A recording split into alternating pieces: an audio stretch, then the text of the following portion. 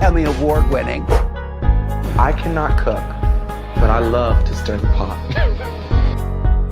What you talking about, Will? Yes, that's right.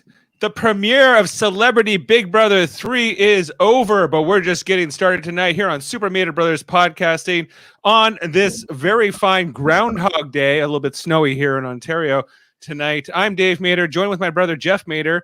How you doing tonight, Jeff? What you talking about, Dave? What are you talking about, Willis? You know, he's like, I was a big brother so on the show, so I can play one here. So, you know, that's the sort of connection. Dave, that's not unlike your Big Brother Canada audition. I was in my Big Brother Canada edition, which did not get me very far. I didn't get a call. So I think I got to, I'd be like, hey, come on. Todd Bridges thought it was a good idea to put in his pitch. But we got the move in here tonight of the 11 celebrity house guests in this jam-packed 4-week schedule for Celebrity Big Brother 3, where they're going to, like, in these 4 weeks, give us, I don't know, like a full season somehow.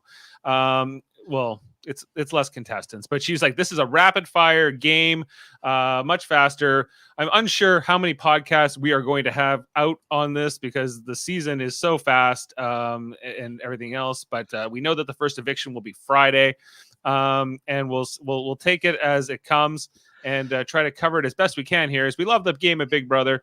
But there's a lot going on. But I thought that these 11 house guests were interesting in some ways, Jeff, tonight. I don't know what I did the cast preview and the draft results with Jaemeel on, I think it was Sunday. So here we are on the Wednesday to break this all down.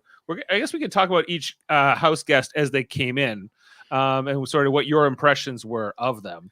Okay. But like overall in the premiere, what was just the overall sense you kind of came away from it? I thought all of them, with the exception of one person, all come from the same layer realm of celebrity, which is the Hollywood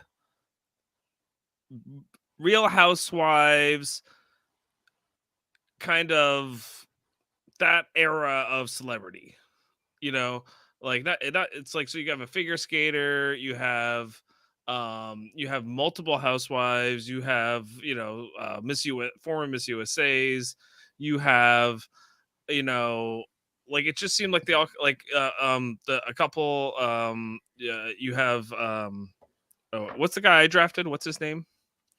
Todrick Hall. Todrick, like he's JD, a big influencer. That's who you have. JD. Also, what's the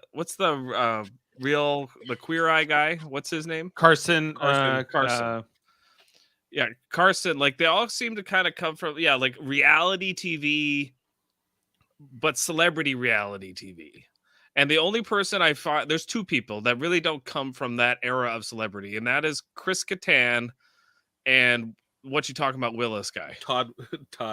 What about Chris Kirkpatrick? He's from NSYNC. He's not from the reality TV, right? But he's familiar. He's friends with like Tom Green. He's familiar with like the MMA girl. Like he's not friends with her, but understand that even though he's not from a reality show, the boy band development system is akin to that, and same thing with Hollywood circles because hey, baby, come on.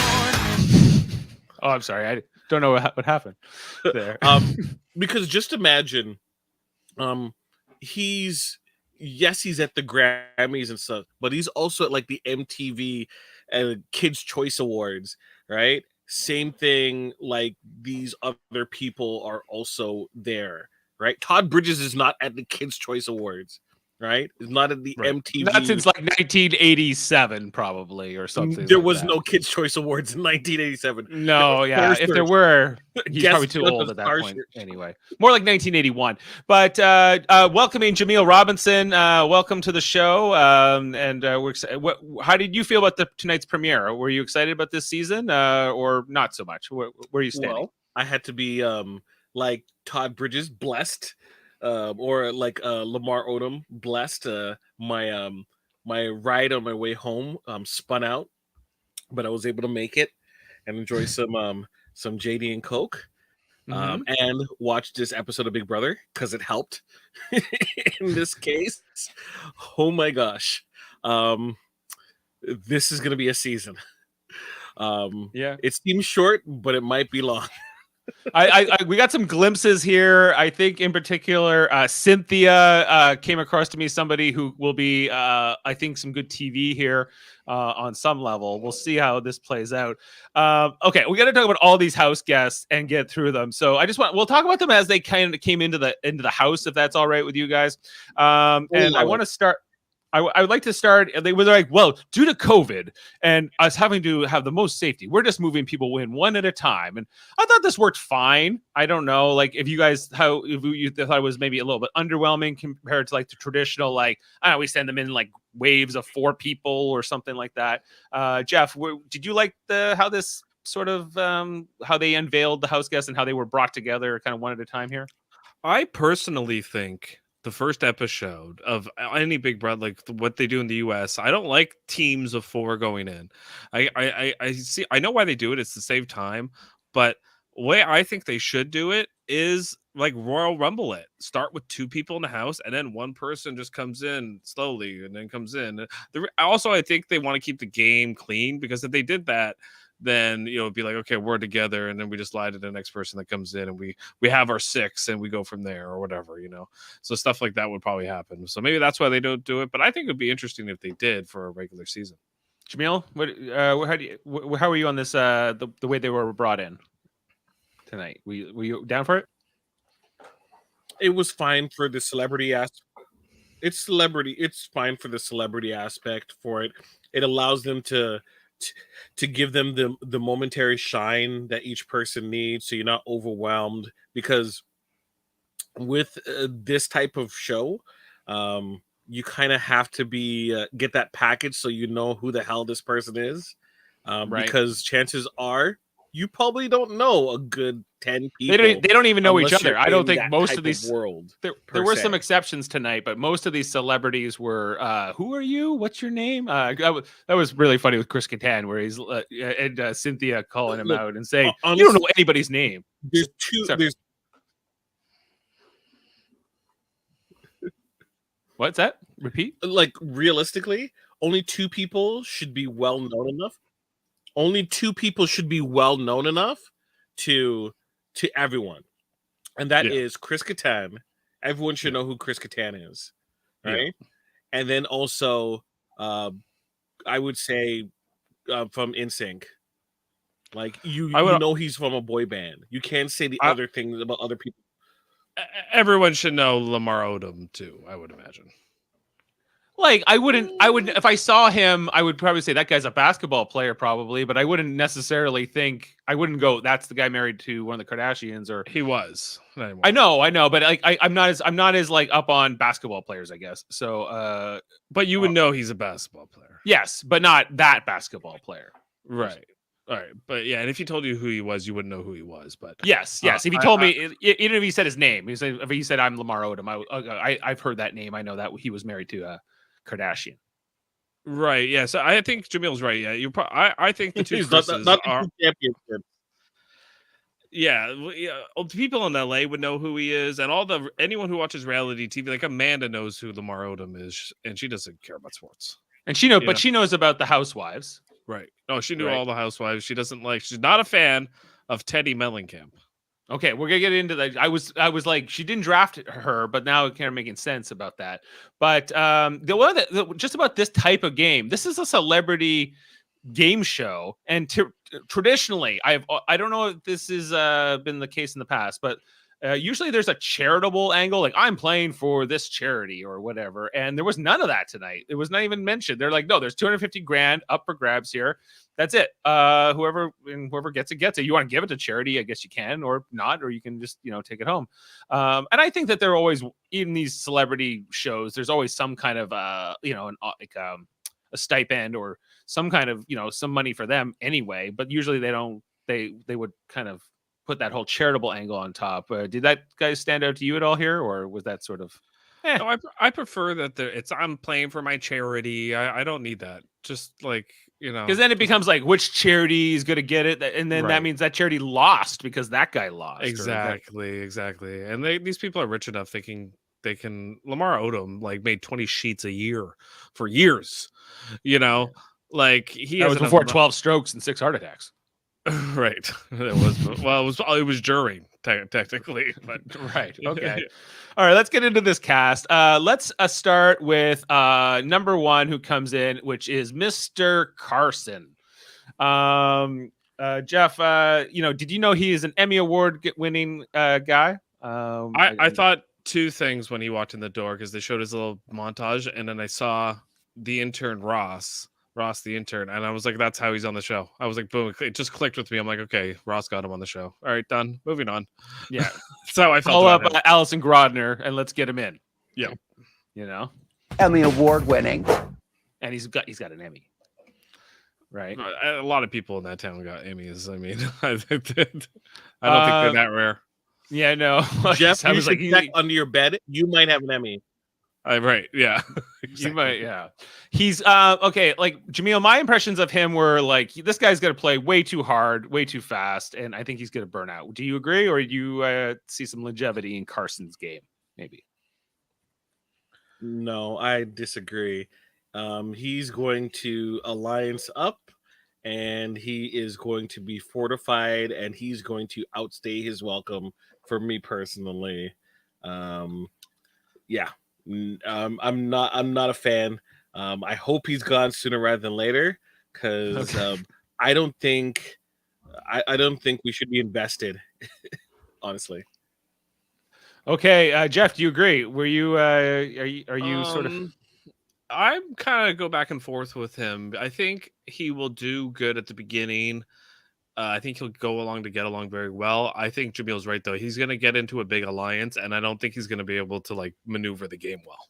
He was pitching the girls and gays alliance right away, trying to, I don't know, with the housewives and maybe some of the others, along with, he definitely wants to work with your guy, Todrick Hall, the one you drafted. Right. Yeah. They're like, another gay guy's in here. They're like, they even said that. It was like, okay. I thought I was going to be the only gay in the village. Not so. So yeah, I think they'll be fast friends, and we'll probably play quick, like play well, up until a point. I think Jameel's right. I don't think this big girls and gays alliance, if it does become a big alliance, I don't think it'll last more than a few votes.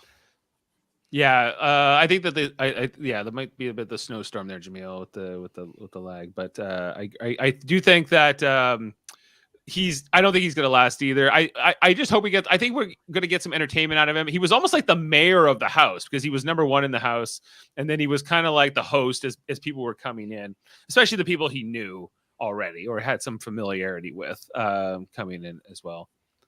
Honestly, wouldn't you feel like a little, like if you're coming into the house and then you see how he treats certain people versus the people he doesn't know, and then you think back of how you interacted with him the first time, he's like, he has no clue who I am, or he does not care for me at all, right? And I think it was a little bit too obvious with that. I think he's going to be too obvious of a player, and I think he's going to try to think he's clever, but I don't think he's going to be very clever. I think he's going to be act a little bit like you just said, Dave, the mayor of the house. For a bit. Well, if he had got power early, it would have been interesting to see. But we kind of glossed over that Misha is the first HOH. Well, I guess when we get to her, we'll talk a bit more about that. But we'll see. Yeah, she's got muscles. Next one to come in was Cynthia. She was the classy housewife on the Real Housewives of Atlanta, so she claims. Is there such thing? I don't know. I haven't really watched that stuff. I don't know how much exposure you've had to the Real Housewives, Jeff. Too much. And classy is not a word I would use for any of those shows. Yeah. Well, she was trying to bring it to that. And I don't know, like she was kind of talking to her kids and her husband in her package. And they're like, well, I don't think you'll do so well, Mom, or whatever. But she's like, I got 3.6 million Instagram fans. And I don't know. I wasn't like super impressed. I was more impressed with her interactions with Chris Kattan later on, where she was giving him the gears about whose name he knew. Yeah, that was good. I actually think she will be a very good player, because she knows reality TV and how it works, and all these housewives do. Like they all kind of get it, and I think once you just put it into game format, they're going to be able to like maneuver that well. I think Jaemeel, are you feeling excited about Cynthia? Cynthia. Jesus died for our Cynthias. Jesus Christ. Runaway Bride. Julia Roberts. Julia Rob Hurts. She's dead. She is dead. Beep bop boop. Beep bop boop boop. She's dead. This goes out to Cynthia because she's dead. All right, so we're moving on to number 3, who was Chris Kirkpatrick, who came in. More like hi. As he comes on in, okay. So Chris Kirkpatrick, the least famous of the NSYNC members, arguably, before this, at least before his big brother blowout game, which we're going to see this season. I think he's second least. I think JC is the least famous of the NSYNC group. Okay, so he's the second least famous member of NSYNC, a rather dubious distinction. It's like being like the sort of the second middle brother or something like that, or the third maybe even. But so we got Chris Kirkpatrick here. Of course, NSYNC was a huge smash thing. Justin Timberlake and most the biggest breakout star. Oh, don't forget about Lance Bass though. He's been around too. And Joey Fatone. Okay. And the other guy you mentioned, the least famous guy. That's why he's the least famous guy, Dave. You could name all the other guys, but you couldn't name I didn't know his last name was Chavez. I had no idea. I just knew his name was JC. Right. It was interesting, like that, I think it was even Cynthia. She's like, "Hi, how are you? Who are you?" And he's like, "Yeah, I'm Chris Kirkpatrick." Oh, from NSYNC. She's like, "Oh, NSYNC. I know NSYNC." Everyone knows. Everyone knows Justin Timberlake. He probably gets that like everywhere he goes, where he's like, "Yeah, I'm a famous guy." They're like, "Oh, really? How?" NSYNC. I'm like, "Oh, yeah, Justin Timberlake. Love Justin Timberlake." Justin Timberlake kind of still, I know he's 20 years older than from those NSYNC days, but I think Chris Kirkpatrick maybe he's wearing those 20 years a little harder than Justin Timberlake does. He doesn't necessarily looks like he did in 2000 or 2001 or whatever. The peak. Yeah, Justin Timberlake probably, just works out all the time, and it's I mean. Like they're different people. No shade at Chris Kirkpatrick. His package is like, I'm a dad. I do producing, and he's kind of like us. He's like, I do podcasting from home, and I eat cereal, and it's all good, man. And I'm here to play. He's like, I'm a super fan. But I don't want to tell anybody that. I think that's smart. I don't think he needs to tell anybody that. Why would he want to? I felt like he represents, Dave, like what you just said, like he's us in the house. Like he's the normal, like even though he's like this, he was this super famous guy. Now he's not, and he wasn't really like famous. He was famous for being in the group, but the group was more famous than him. You know what I mean? Yeah, like definitely. So like when you're a part of something like that, I think it's a little bit different. I think you're a little bit more down to earth. You're a little bit more like you're less celebrity. Who's another analogy? Like a band, like a famous band, and most people know most members of that band, except for like maybe a couple. You could do like even Backstreet Boys, right? Like if they had Howie from Backstreet Boys, you'd be like, who? Oh, right, Howie. I think the Backstreet Boys are like the more famous boy band than NSYNC. I think NSYNC was always number 2. I thought like Backstreet Boys was like McDonald's, and NSYNC was like Burger King, or was Coke like and Pepsi. Yeah, Coke and Pepsi. Like it was. Jaemeel, do you disagree with that take? Yeah, I'd rather go to Shake Shack. Thank you. NSYNC is definitely Pepsi. Well, I guess whatever you think is number 1 and what's number 2. What's 1A and 1B? Well, NSYNC was the better group, and Backstreet Boys was the more popular group, unfortunately. Okay, but the members of I'd say the Backstreet Boys are arguably a little bit more famous. There's also 5 members of NSYNC, right? Yeah. And there's 5, Yeah. and it's the same, right? It's the same in both groups. Okay. Yeah. Anyway, you only really need 4 members to be a good boy band, so that just tells you about NSYNC and Backstreet Boys. Just saying. right. Okay, let's move on to number 4, who comes in. Jeff, Shanna Mokler, former Playmate of the Year, or at least of the month, I think. And she's here to lie, cheat, and steal. She says. What did you think of her? I didn't coming like in? her. I think she'll be the villain of the show. That's what I think. Yeah, I kind of felt the same. There was not, I wasn't necessarily like even engaged that much with her. I was like, okay, I'm interested maybe to see a little bit how her personality bounces off others, but she's like more like, I feel like she's just one piece on the board, and I'm not necessarily captivated by or drawn into the game yet. But I just see her kind of definitely being a villain and like an unlikable person but that might make her a great character, which I'm kind of hoping for. I hope she ends up becoming like a great Big Brother character, but in like a villainous way. right, Jaemeel, what do you think about Shanna? What's going to end up happening is she has one major storyline, and her storyline is the reaction to Lamar. What's her relationship because of what her relationship with the Kardashians, Right, because she was with Travis Barker, who's now. I was meaning to pull that as a clip. Wasn't it something like like I said trash about his wife or something, or his ex-wife? Jameel's muted for some reason. Jaemeel, are you intentionally muted? He's throwing his hands up. No, he's not intentionally. I think you muted him, Dave. I didn't mute him.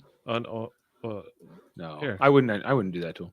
This happened the other night. This happened on his mute. It says his mic's not connected. Oh, he's unplugged it. So this is great. I love it. The facial expressions we're getting from him. I don't want to stay too long on Shanna because there wasn't a lot to say really. Like her package was kind of very fast and forgettable. I think Jameel's right that it's going to be a lot about Lamar was with Chloe and now Chloe's with Travis, and Travis was her ex-husband. That's what it's all going to be all about. Wait, you might have to draw that as a diagram for me to fully. So she was with Travis Barker, the drummer for Blink-182. Okay, Blink 182. Okay, and then they broke up, and now the drummer for Blink-182 is now married or getting married to Khloe Kardashian, who was married or was with Lamar Odom. So what does that make her to him? Nothing. Absolutely nothing. But they could share the fact that Travis Barker, they're 1 degree of Travis Barker separation, is what I'm trying to say. Through marriages or or former marriages. Okay, I think I'm tracking along with their you exes both hooked up.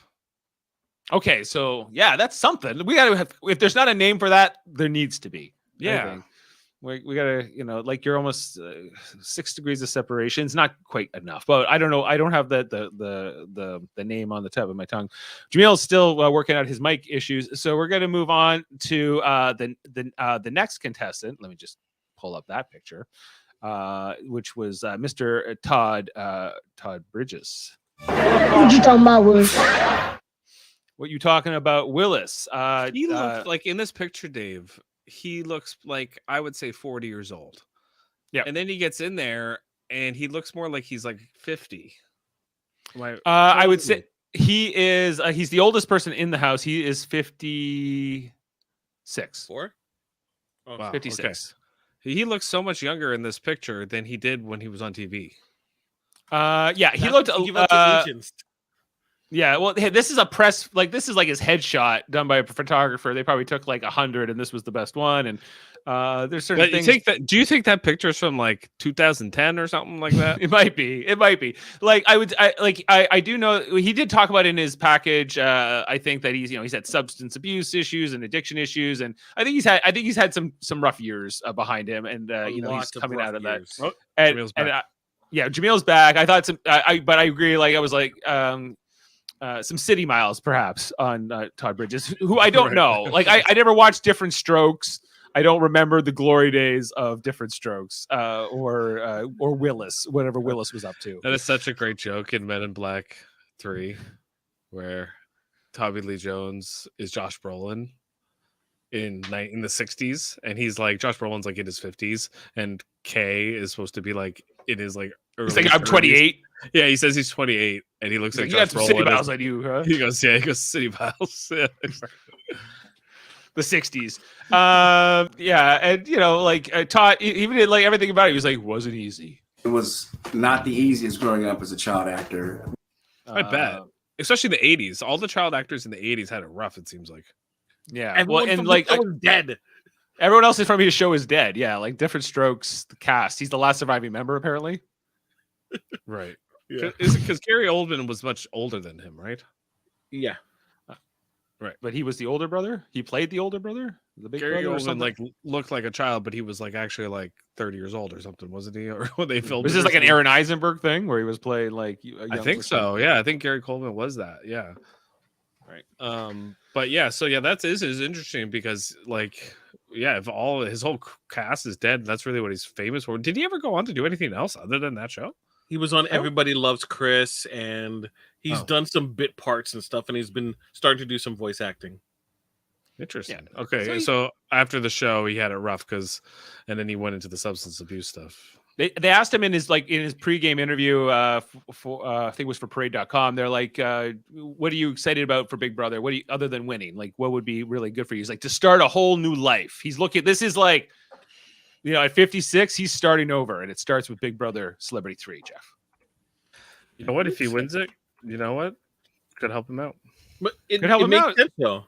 It makes sense does. though. Like you're given this spotlight, and it's not necessarily even that he's a good actor or not, because you see a ton of people get roles not based upon if they're good or not. It's based upon how people feel about them. And if he has a good showing and people take to him, then he can probably get a bunch more gigs. So why not take that chance? yeah, no, it's all like I think Ross Matthews. I don't know if his career was bumping before he was on Big Brother Celebrity or Celebrity Big Brother, but I think since then he's done RuPaul's Drag Race and he's done quite well. So I think this can give a boost to your career for sure. Like it's it's a CBS primetime show. A lot of people are watching it. Yeah. Why not? And like, so let's go to coming. So after like Todd Bridges, a little bit of a down note. I just waited with how his intro went, and then we get Mariah, who is the figure skating champion. Jeff, do you? I don't know. I know Mom loves figure skating, but I don't know if you keep up with it or know of her. No, I don't know. Like when I do watch it, it's always we're Canadians, so they show the Canadian people more than the Americans. I'm sure if I watched NBC, it would be all about the Americans. But she, I love like her package. It's like, I won 7 world championship medals and I won a bronze. It was awesome. It was so like, it is a crazy accomplishment, but at the same time, it's like, it's not like Michael Phelps is walking in the door. It's She's no Kate Mosley. She's no Kate Mosley. That's an American star that I care about.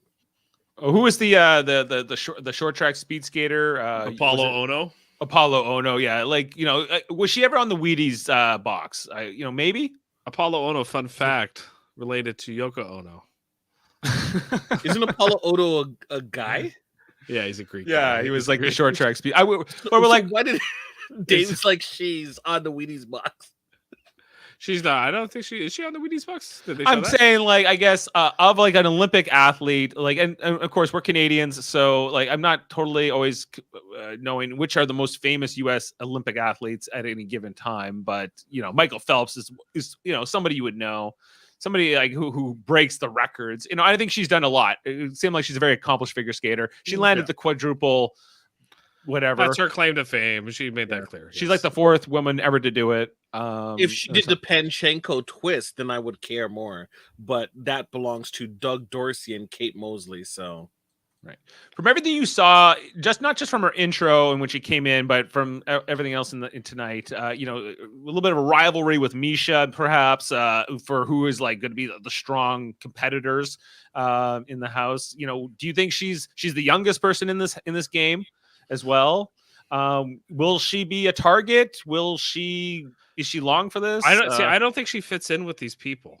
I mean, that's the thing. Like, I find this happens a lot with these celebrity shows. They bring on an Olympian, And the Olympian, unless they're like already like an uber famous person, you know, like a Michael Phelps or like you know, like a Bruce Jenner was, and like you know what I mean, like where they're uber famous not only because they're an Olympian, but because like their Olympic status like rose them to that.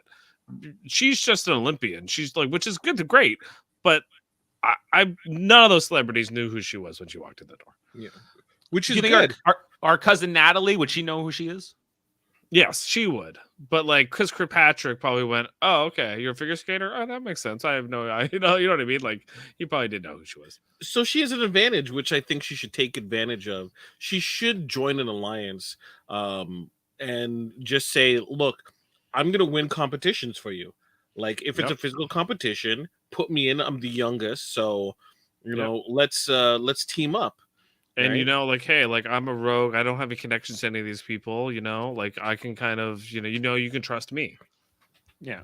Right. So she's a number you can pick it'll be interesting to see like if someone does, right? Like if she gets brought in or if she's just sort of a floater. Ultimately that won't fit in and will go out early. So it could go either way, I think, for Mariah. Number Christy Patchett, I would team up with her immediately because you know she doesn't know the game and you know the game. She can be your physical body and you can be the mental acumen of a team, and then you get a couple other people, and you're pretty much set. Because if you get to the end of the game, are you really worried about her outthinking you or out strategizing you? Probably not. I wouldn't have that fear necessarily, like just on face value, and how she sort of carries herself, you know, on everything else. Like so, but I think Chris Kirkpatrick would have to be the one to sort of approach her because like he said, he's not telling people he's a super fan of the game. So she doesn't have that knowledge that he would even. She might speculate. He might know things about Big Brother, but I don't know. And you know, and so she only really crammed about this show before, like when she got cast. Like she barely got cast, and then she watched every season or as much as she possibly could up until that point, especially the most recent. I think especially the celebrity stuff. Okay, and then we bring in our next house guest, Chris Kattan. Okay, this photo is not the right photo, though. Like, okay. So many things to say. I was in a state with Chris Kattan of shock and sympathy, of feeling like a deep, like just feeling bad for him because I know he's had a lot of injuries stemming back to some injury that happened on Saturday Night Live like 20 years ago. He's had numerous spinal surgeries and I was just like looking at this guy feeling like he can't move. He can barely move. We saw in the competition he could only stay on those that rig there for about 90 seconds or less.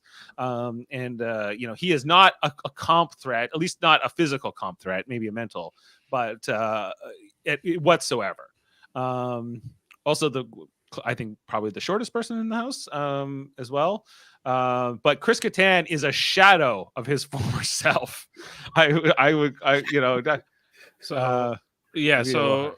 Kattan competed in Dancing with the Stars in 2017 and was criticized for his stiff upper body movement by the dancing judges. Afterward, Kattan revealed that he had broken his neck doing a stunt almost 20 years prior and that injury and subsequent surgeries were the reasons for his lack of mobility. Kattan also revealed that the pain medication he began taking following his fourth surgery led to a 2014 DUI arrest. I don't know how that works, but all right. Just taking like pain medication and it dopes you up. Okay.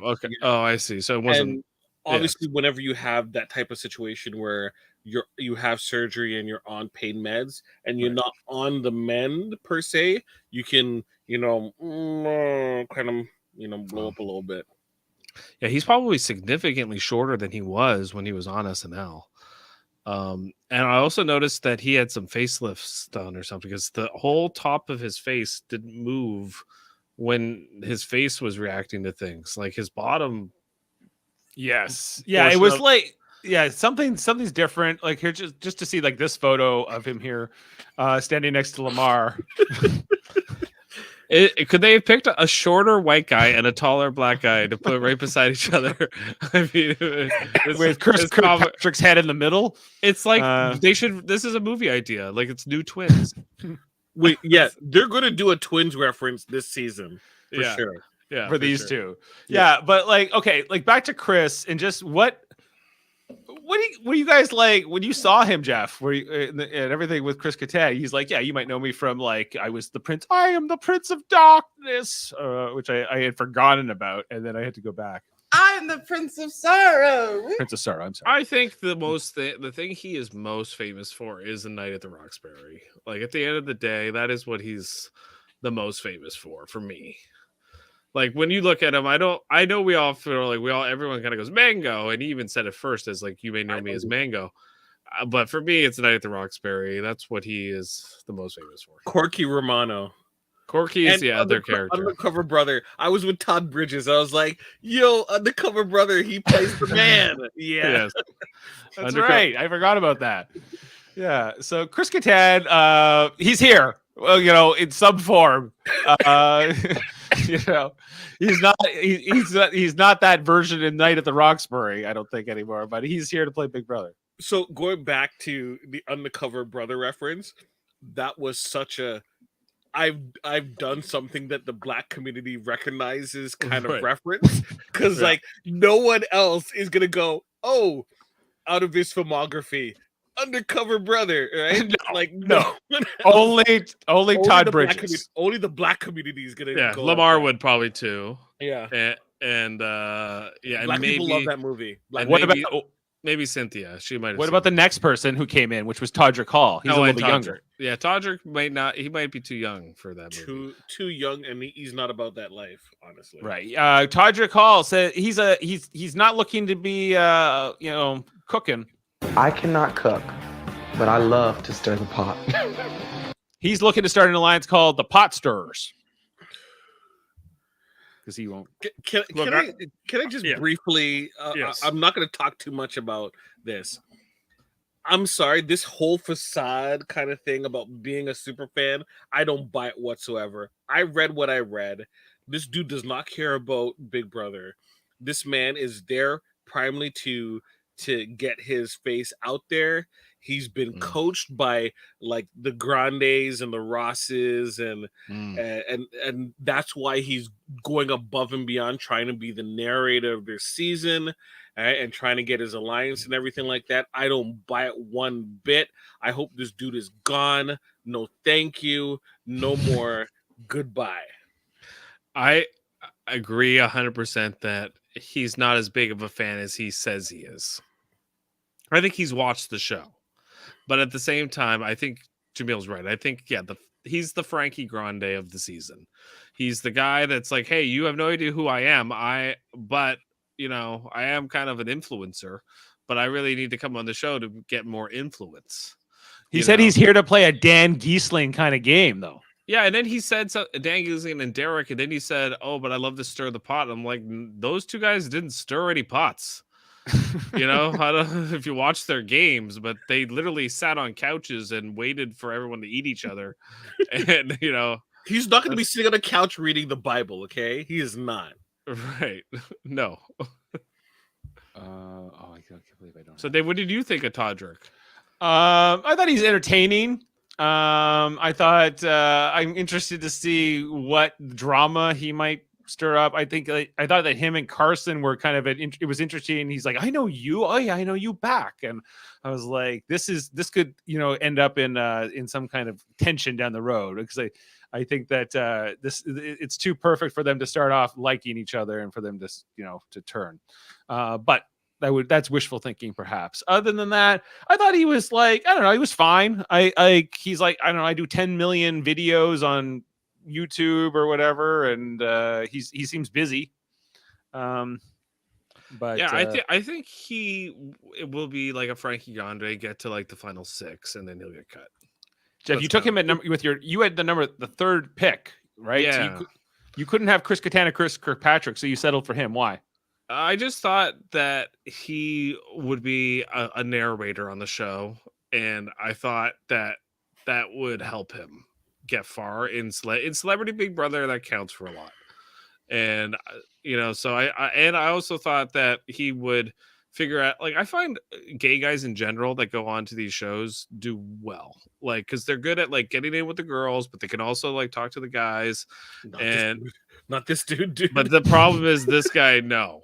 Yeah, but he'll both the gay guys I think are gonna stick to the girls quite a bit, actually, I think. And the guys are gonna have to kind of see what's going on. They're like, I think they're gonna figure that out pretty quick. The Chris, So we're talking like the two Chris's and Lamar and Todd. And Todd, and there's more, isn't it? There's one more. And that's it. Yeah. So yeah. They're gonna have to get two girls to come over to their side. Maybe the MMA fighter who won HOH. Get Mariah. Yeah. Pick up Mariah, because I think Mariah is not necessarily going to go with the Gays and Gals Alliance. You know, she might go with the other side of the house. Yeah, I don't see her wanting to hang out with like the posh girls. I see her kind of like wanting to hang out with more of the dudes and maybe like the Teddy. Let's think. Mariah is 28. Would she have been an NSYNC fan, or is she too young to be really an NSYNC? She's fan? not too young. No, she's barely old enough though. even on my mom used to listen to them kind of tip, right? She's good. She knows of NSYNC. Here's the thing, and you're gonna see it. If we're watching the feeds, first wake up call at like 5 o'clock in the morning when the outside gym is open. It's gonna be her. It's gonna be Lamar, and it's gonna be Misha. That's and out it's there, and it's gonna be me. Lord. I know we're gonna get that. Good segue here. Let's. The next one to come in was Misha, who is our first head of household, as she wins this competition, which was very much like the "Bye Bye Bye" music video tonight. Notice they couldn't play their music. That was hilarious. I can. You can. But 10 seconds. But they wouldn't pay for it on CBS. No, they were using this is like the generic stock version of someone doing an NSYNC impression that we'll use for every time. They have the guy that sung the song. Why don't they get him to like sing a couple like chords or something? Maybe he can't do it anymore. Get him auto-tuned. Yeah, exactly. You know, he'll get a copyright strike. Is NSYNC going on tour again anytime soon? No. What do you mean no? Like, I don't think they're ever gonna bring out the old gang. I think Timberlake's above those guys. Timberlake is having a lot of PR things that he has to worry about now. That's right. Yeah, he all the fallout from the whole Free Britney movement and everything. Free Britney, and also people are like, hey, remember how he was involved with the Nipplegate, and we totally let him skate on by, and Janet Jackson got all the grief about it? Yeah, I remember. That stuff is coming back up. Like, yeah, he's gonna be calling up Chris Kirkpatrick. Hey, can I, maybe get in on those Big Brother appearances you do now, or something like that? But Misha, wasn't the Nipplegate thing like completely planned? Well, okay. I heard a story like that. Okay, let's take Misha down for a second while we talk about Nipplegate. Okay, that thing was a planned spot, but it wasn't supposed to be the entire thing. There was supposed to be the flower underneath, but the entire thing ripped off. Right. Now, what immediately happened was he admitted to it, and then the next day he went on the radio and stated that he know nothing about it. He would never let that happen, and the radio just completely let him skate on by, even though what he said initially, and they just went after Janet. Janet was the one who was canceled, right? And not in like, well, we're not playing Louis C.K. stuff right now. She was like, was like done. That was the end of her career in a lot of ways. Her career never recovered from that. Whereas Justin Timberlake had an uptake with it. SNL helped that with Lonely Island, and then he had his big Future Sex Love Songs album that made him a huge star, because Justified, the album, didn't really do any well. Janet gave him the rub, not the other way around. Yeah, he's gonna be longer for those Dick in a Box days. But he might be. Okay, back to Misha. Back to Misha, Cupcake. And Jaemeel, we couldn't figure out what's the genesis of this name, Cupcake. Where does it come from? There was nothing on the internet that we could find, and then she just tells us. I got the nickname Cupcake because I like to do my makeup and hair, but I am anything but a cupcake in the octagon. She was never referred to as Cupcake in any of the UFC appearances when she was doing a big title fight, because that nickname sucks and would be like, no one would want to buy a pay-per-view. It's like, I'm going to see Ronda Rousey versus Cupcake. No. Sorry, no. Come on, the fearsome Cupcake. Misha Cupcake Tate. Yeah, no, I know. It doesn't work. Did you know of her? Did you all know of her? I had heard Joe Rogan talk about her, but that was it. Okay. I've seen her come up in the bantamweight and UFC women's divisions. I've seen her and Ronda and their conflicts. She could be good TV as like the nice instigator type of situation. She's a fierce competitor, and I think she's a person that if you are, let's say, a Chris Kirkpatrick, you should like latch onto her because she's a perfect meat shield where she isn't dumb. She's going to be good enough to be a threat, but at the same time, she's going to be pretty simple. And you can kind of see like she just wants to win everything. She's like, put her head down, get the job done type person. She's kind of like Christmas. She reminds me of Christmas, the player, not the holiday. I think she's kind of like a cross between Christmas and like a Vanessa Russo. Not to a strategic of Vanessa Russo, but to the no nonsense kind of like, you do what I say, and we're not going to argue about this type idea. I don't see her being as fiercely loyal to people like Christmas was. True. Right. No, I don't think so either. But from a competitor, like, just Christmas, like, remember when Christmas was crying when she couldn't even be in a competition? But I can't win if I can't play. I can't win if I can't play. Who would have thought that the most successful person from that season would be Judas? It's crazy. He's now NWA Tag Team Champion. You're talking about Austin? Austin, yes, Judas. Or Judas. I'm sorry. Yes. Judas. He plays. He's one part of a tag team named Jurassic Express. That's a pretty good name. His tag team member is called Jungle Boy, and he wears a mask permanently, so you never really get to see his face. Oh, there you go. Hey, good on you, Judas. He's not dating Liz, the twin anymore, right? I have no clue. Probably not. No. Liz Nolan, is that her name? Anyway, let's move on. So she comes in. Her intro was kind of whatever. Sorry, just wrap up the final. There was only two more after this. We had Teddy. Where's my picture of Teddy here? Come on, there she is. Teddy Mellencamp, best known for being the daughter of John Mellencamp, and she was also on the Real Housewives of Beverly Hills. Jeff, did you know her? I did not, but Amanda knows her well and does not like her. I think she's a self-righteous know-it-all that likes to tell everybody that their life they're living is wrong and they should work out and eat oats, and that's it. Mm-hmm.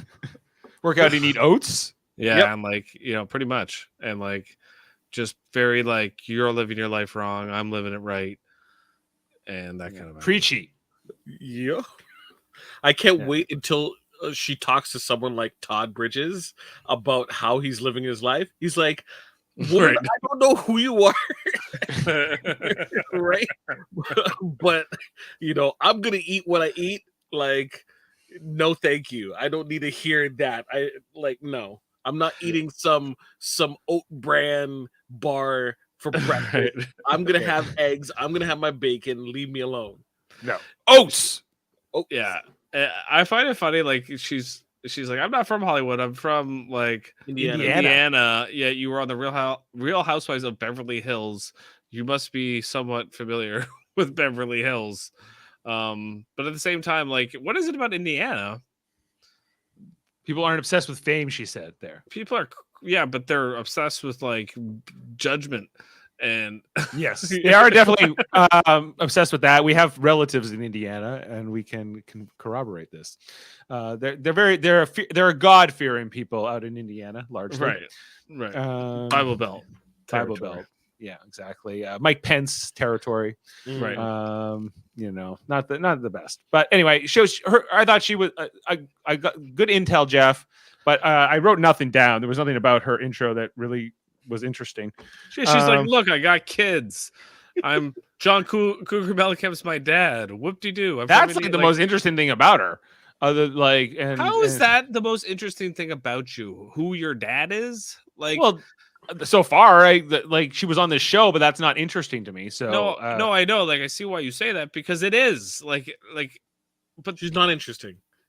Like Jeff, let's not fool ourselves. She is a celebrity by birth, right? And she is known for a reality show where she's supposed to act a certain way, and the basis of her entire life is that she has kids and that she does random stuff to make money based upon who she is, right? Including a failed diet plan that was called out for being dangerous to the people who took it because you weren't getting enough calories.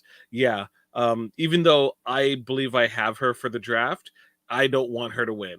Yeah, well, you got like an extra player because you picked late in the draft, and so it was down between her and Cynthia. You both housewives went last in our draft, and so it was just like Teddy or Cynthia, and you chose Teddy. But do you wish you had Cynthia? Maybe in retrospect, no, you're good with it. You don't want either, but you'll take Give Teddy. the choice. All right, our final house guest to enter was Lamar, and I don't even know if everybody. I Shanna knew who he was, but I don't know if most people knew who he was necessarily either. Chris Kirkpatrick knew who he was. Misha Tate probably knew who he was. Like Chris Kattan didn't. Yeah, Chris Kattan didn't. What's the name? Figure skater Naram. She might. She probably knew who he was. So, like, the athletes would know who he is. And I feel like the housewives would definitely know who he is. Yeah.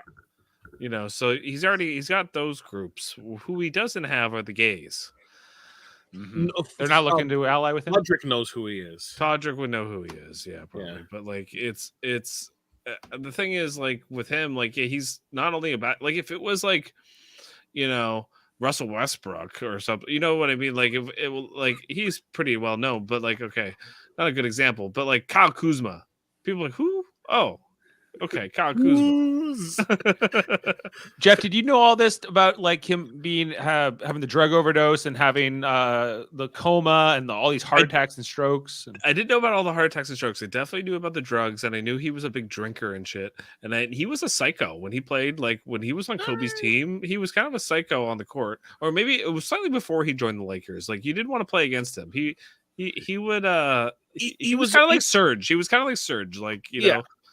Serge is a good example. It wasn't like when you think psycho basketball players, you think of Tyler Hansbrough, former Raptor, Ron Artest. or you think Ron Artest, Meta World Peace. Those two would like just fly off the handle, and it's not like people are like, oh well, the Malice in the Palace was such a long time ago. Meta World Peace, straight up, like if you look up Meta World Peace elbow, where he straight up like gets a ball in. And then walks by a person and just literally just goes like this and almost takes off someone's head with an elbow, like just on a whim, no reason for it, right? Lamar Odom, in comparison, he was like a pussycat, right? But he was still a tough dude. But he was Kobe's pussycat, and he made sure Kobe was safe. Are you saying this is like the Marty McSorley of basketball or something? He kind of was. Well, no, he wasn't. Meta World Peace was more like that. Right? Yeah, he's the tough guy that you don't mess with, but he doesn't need to like really exert himself. He like looks at people and they're like, okay, I know. Yeah. Same thing with Serge. Serge doesn't have to throw punches. People know Serge is about that life, right? Right. So people don't mess with him. Yeah. He mentioned I went from playing like basketball at the highest level in the world to not being able to walk and not even being able to know how to speak and do anything. You had to kind of relearn how to do everything. So I kind of felt like, and I said this to Amanda during the broadcast, Dave.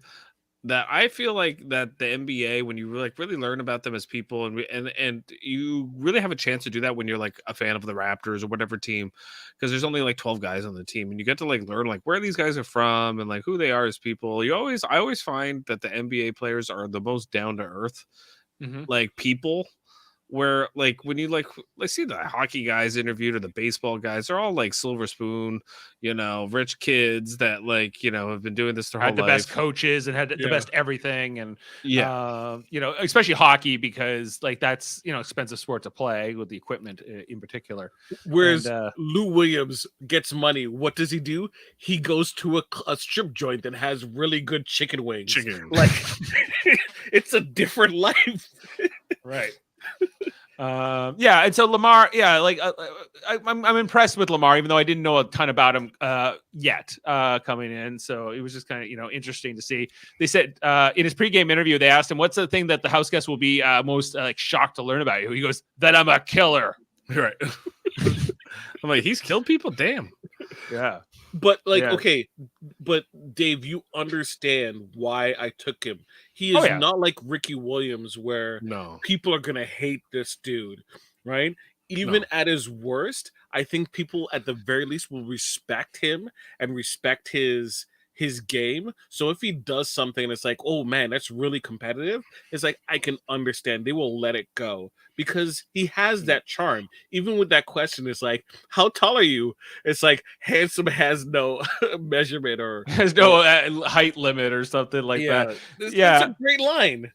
Right. Yeah. Well, he's been asked the same question probably a million times in his life, so he's come up with good comebacks. I like that, but like that was one thing where they were all kind of going around like, "Who do you do? What do you do? And what do you do?" And like they're asking him like, "How tall are you? And what size shoe do you got?" I'm like, "How many times has he gotten those questions?" It's probably 15. That's still pretty big. It's like, yes, right. Guys, the competition, just as we're wrapping up the episode for the HOH, and the fact that they all had to wear like a different outfit, like they all did like this runway thing, and then they had to compete in different outfits, and that was like, I don't know if it's a big deal, but it did like kind of catch me like to raise an eyebrow a little bit, because I was like, normally they wouldn't do that, because it would sort of give maybe an advantage to one person who's wearing pants versus a dress or shorts or whatever, right? Depending on like how your garb, whatever, even what the shoes they give you might work with those things, if you had gloves in your outfit or not. But what did you guys think of the competition, just sort of overall? Jeff? I thought it was funny with the Chris Kirkpatrick stuff. He's like, this is familiar, and that all was kind of fun. I thought the figure skater should have done a lot better. I was surprised by her. She's like probably weighs 80 pounds, and like the final four were the four youngest. Yeah, she didn't have like if she was a doubles, like if she had like a partner, like she worked with a partner, then I think she would need better upper body strength. She doesn't have that. So therefore, once she was down to one bottle holding up really her entire body, like it was all for naught. She was going to be gone. Right. That's fair. I just thought I thought she would just be like a stoic and like would just crush that competition. Yeah. I was kind of pulling for Mirai to win this more than Misha. I don't know why exactly. Maybe I'm more curious to see what Mirai would do with the power, maybe. And the whole thing where, Teddy was trying. Well, first, Todrick made the deal with her. She's like, yeah, I kind of like Todrick, so why wouldn't I make a deal? Make him feel good. And then Teddy wants to make a deal. Teddy's about to fall anyway, and she's like, come on, will you make a deal with me? And she's like, am I safe? She's like, I want to say yes, but I don't want to be a liar, so I don't know. And Teddy's like, I'm about to fall anyway, so I'm just trying to like see what I can get here on the way down. Todrick, you're cool. Teddy, shut up. Shut up, Teddy. What you talk about, Teddy? Yeah, that would have been more so clever. Good. If she had just done that, I think that would have went a longer way. I think people would have had fun with it. But yeah, I don't think it was smart. I don't want to be a liar. Yeah. Look, if I'm Todd Bridges and anyone comes up to me and says, what you talk about, Willis, you're going up. I don't care. You're going up for eviction, and you're gonna be my target. I don't care. Yeah. Well, Put you on my worst. if you get put up by Todd Bridges, you have to say that line. You have to be like, "What you talking about? You putting me up?" You know. So If Chris Kirkpatrick puts evicts you, does he say bye bye? Yeah, I think he will in the diary room. It's like I would be like, "You're going home. This I promise you," which is another NSYNC song. Yeah. Right. Or it's like, "It's tearing up my heart, but I gotta evict you." Or the song I guarantee you this season, because I know one of it, like Chris Kirkpatrick, where he sang the lead, was "I Drive Myself Crazy." That was like his song, and I guarantee I think I know that one. Yeah, he's gonna use that. He's gonna use that for some point in the DR. Or he's gonna say, "Who's gonna win HOH? It's gonna be me."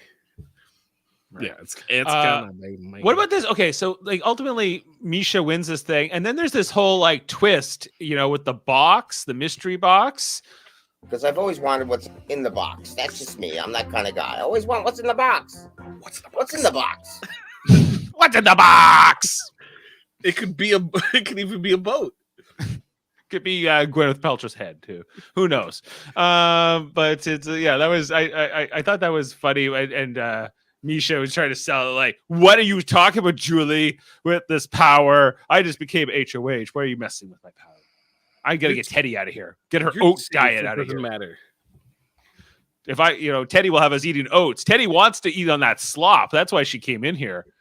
She was like, "What's this slop diet? I'm gonna supplement." Do Celebrity Big Brother have slop? They have knots? Actually, I don't know if they have. They never do have knots, right? They For don't Celebrity do Big have Brother? knots. There's no. I don't think that. No, they're celebrities. They have. Surprised they don't bring in their own chef. Okay, well then, if you were just to guess, who do you think that Misha was going to put up? Like maybe who she should? Yeah, who she Carson should or who she will. Carson and Todrick immediately. If it was me. I think she's going to put up Teddy because we got a good indicator there, and I think probably Cynthia. I could see both those two girls going up. The two housewives.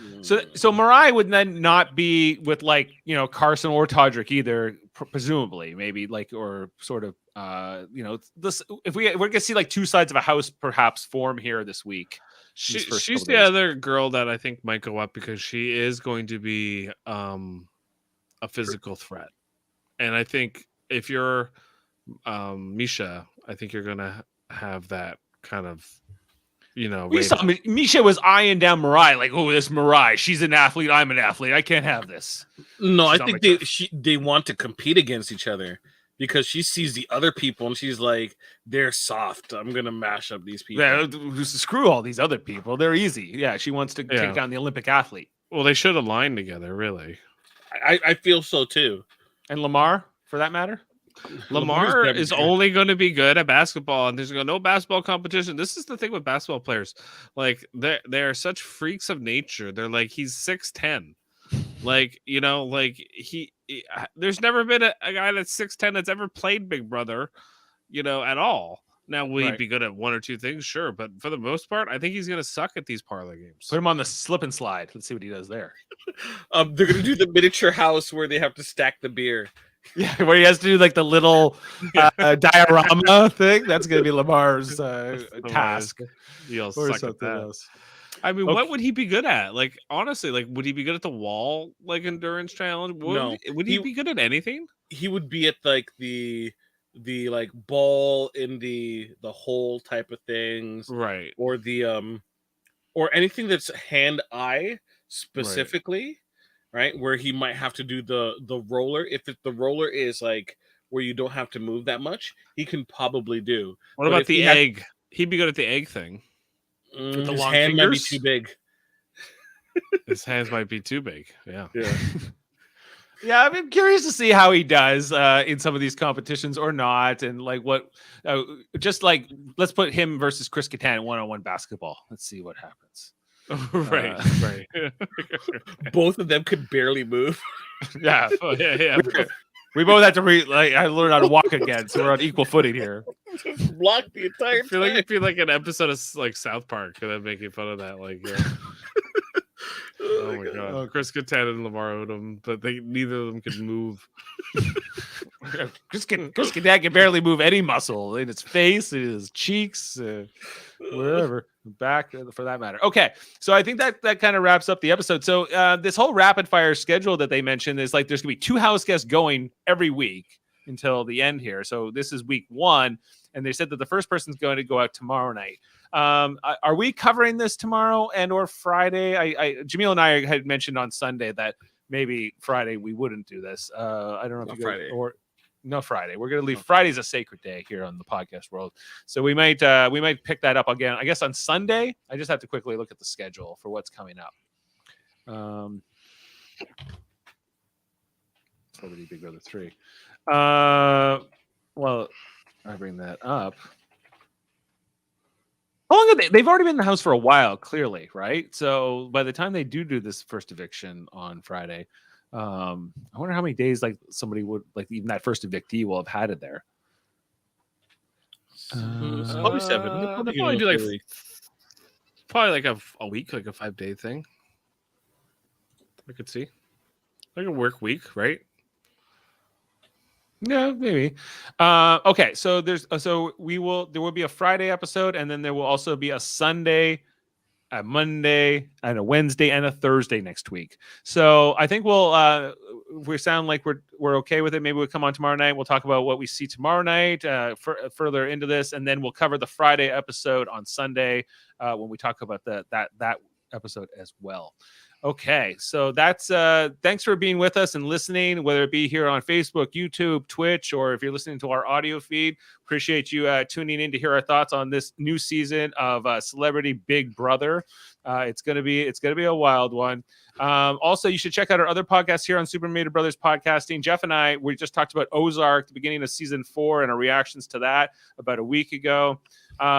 Earlier, I think it was earlier this month, or no, it wouldn't have been this month because it's only February 2nd, but earlier this year, at least in January, I believe Jeff, you finished up those the Beatles Get Back documentary reactions with the Shields brothers. I was in a couple of them too.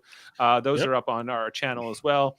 You can also check out the Marvel Cinematic Universe reactions that Jeff and I have done, and Jaemeel and many others here on the channel. Most recently, we talked about Hawkeye, and I could do this all day if you ask me. I could do this all day.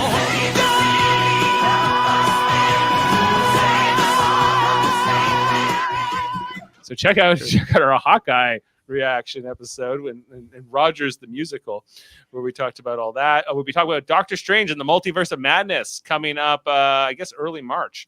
That will be the next installment, and then Moon Knight after that. No, it got pushed back, didn't it? Did Moon Knight get pushed back? No, Moon Knight is March. I thought Multiverse of Madness is later. Oh, I thought it was March. I don't know. Okay. You know what's a fun fact about that clip, Dave? So it's called Rogers the Musical because it's about Steve Rogers. But the guy that was singing that is Adam Pascal, who played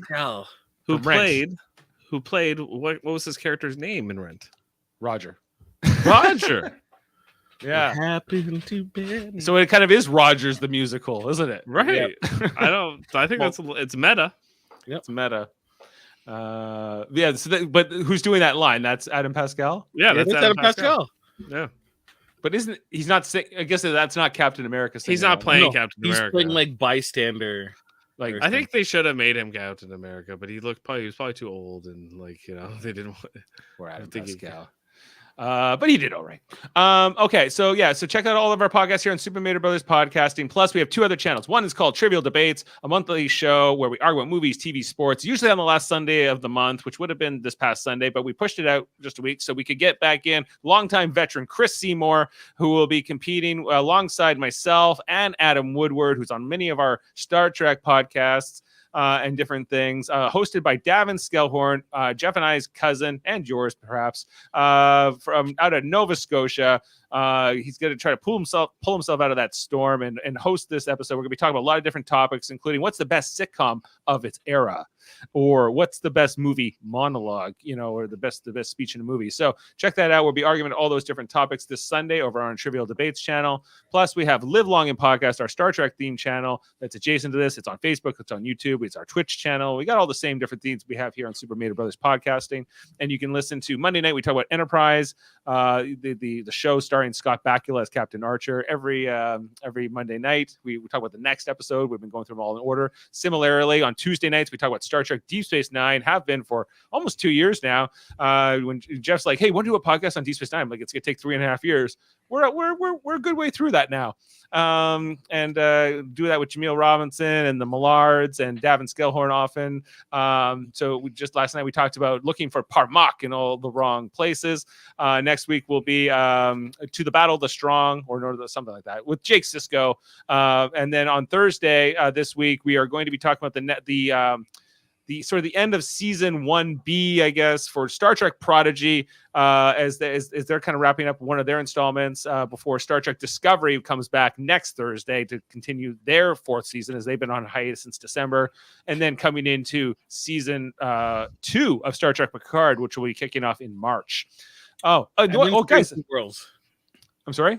And then Strange New World. And just to circle back to our Super Mader Brothers podcasts as well. I forgot, but we saw tonight, I don't know if you guys noticed in the commercials, but Survivor will be coming back in March for season 42. And here's Jeff Probst to tell us all about it. It's Survivor. 18 new players take on the most dangerous version of Survivor ever seen. It's the most dangerous version ever seen, guys. What does that mean? Tune in to find out. I don't think it'll ever get more dangerous than what they did in Africa on season 3. Or go wrong. Or go wrong. Or Gabon. Yeah, Gabon, yeah. Yeah, there's a lot of rough seasons, but he's saying this is the most dangerous but controlled and completely safe. Yeah. Jeff, check it out for season 42. And we'll be Everyone will be wearing a mask. Everyone, probably. It's dangerous. All right, so that's all of our different plugs. Check out, of course, Davin Skellhorn's podcast, Locutors of Trek, and X-Men X-Rated, as well as my son Eamon's podcast, Let's Talk About Fighting Games, where you can find it on Spotify or wherever you get your audio podcasts. Sam Jerka. Sam Jerka, he's known in the video game circles.